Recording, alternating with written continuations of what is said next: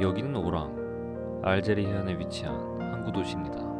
프랑스의 도청이 위치할 뿐 평범하고 따분한 그저 그런 도시죠.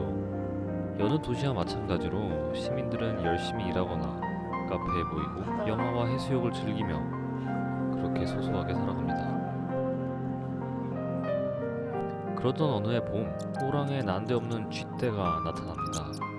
여기저기서 픽픽 죽어버리는 탓에 도시가 온통 죽은 쥐의 시체로 가득 찹니다. 서리의 곤혹을 겪던 중 갑자기 그 숫자가 현저하게 줄어들기 시작합니다. 뒤숭숭한 분위기가 가라앉으려던 찰나 이제 사람들이 하나둘 죽어나가기 시작합니다. 커다란 종기가 나고 끔찍한 고통에 시달리다 이내 사망합니다. 의견을 나누던 의사들의 입에서 처음으로 나온 이름 하나, 패스트.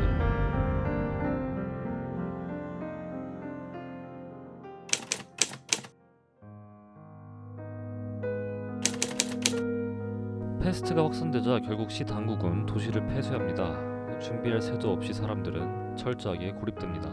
아무도 나갈 수도 들어올 수도 없습니다. 심지어 편지마저 주고받지 못하는 상황. 순식간에 수많은 사람들이 사랑하는 이들과 생이별을 겪습니다. 언제 죽을지 모르는 불안에 떨면서 사람들은 텅 비어버린 기억들을 아등바등 붙잡으며 살아갑니다. 무기력하게 허우적대는 사람들. 한편으론 사치와 쾌락을 탐닉하며 어떻게든 이 끔찍한 현실을 보상받으려 애를 씁니다. 카페와 영화관은 여전히 밤에 사람들로 북적거립니다. 그러나 패스트는 이미 개인이 아닌 모두의 운명. 불행은 일상이 되고 일상은 불행이 됩니다.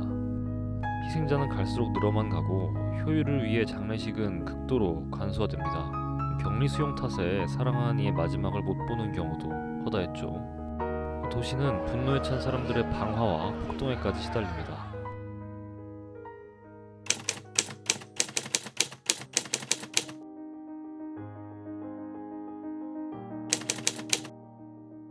이런 절망적인 상황에서도 고군분투하는 사람들이 있습니다. 먼저 리유 베르나르, 의사입니다. 그는 패스트의 최전선에서 잠도 제대로 못 자고 일합니다. 요양차 시골로 떠난 아픈 아내 걱정에 마음이 무겁기도 합니다. 가면 갈수록 극도의 피로와 무력감에 휩싸입니다. 점점 무감각해지는 자신의 모습을 보며 무언가 잃어버린 듯한 느낌을 받기도 합니다.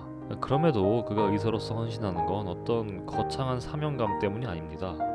그저 죽어가는 사람을 보는데 여전히 익숙하지 않을 뿐이죠. 뭐가 그런 걸 가르쳐줬냐는 질문에 리유는 가난이라고 답합니다. 장타루, 떡 벌어진 어깨와 강인한 눈을 가진 사나이입니다. 인생에 대해 다 안다고 생각하십니까? 라는 리유의 질문에 침착하게 네 라고 대답할 수 있는 인물이죠. 그의 말과 행동을 보면 섣부른 자만이 아닌 여러모로 근거 있는 자신감인 듯합니다. 타루는 세심한 눈으로 세상을 관찰한 메모를 수첩에 남기기도 합니다. 또 그는 자발적으로 보건대를 조직해 패스트에 맞서 싸우려 하기도 하죠. 이런 힘든 상황 속에서도 그는 언제나 주의 깊고 친절한 태도를 유지합니다.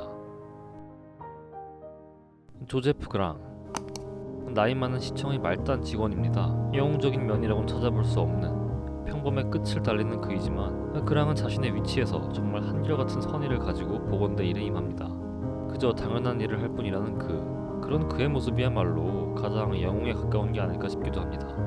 이유가 별도로 그랑은 글 한편에 온통 골몰하며 살아가는데요. 첫 문장, 말을 타고 가는 여인을 묘사하는 단 한 문장을 놓고 정말 치열하게 고민합니다.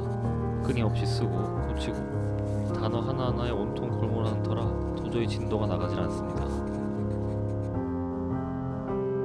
레이몽 랑베르, 아랍인의 위생 상태를 조사하기 위해 오랑에 왔다가 꼼짝없이 갇혀버린 기자입니다.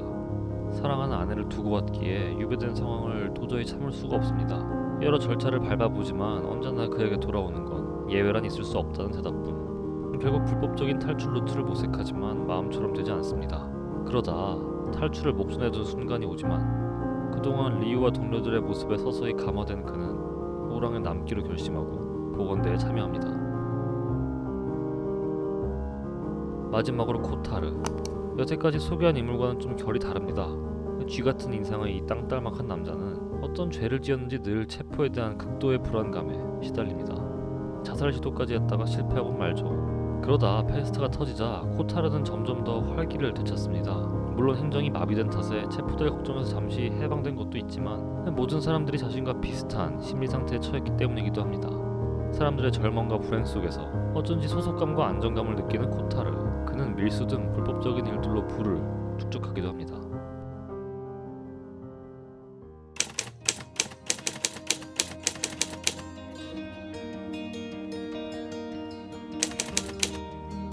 연대와 우정을 나누는 이들은 페스트 속에서마저 소중한 순간을 찾아내기도 합니다. 각자의 자리에서 각자가 할 수 있는 일을 하면서 말이죠. 마음을 터놓고 우정을 나눈 리유와 타루는 밤에 바다를 수영하며 잠시나마 자유를 만끽합니다.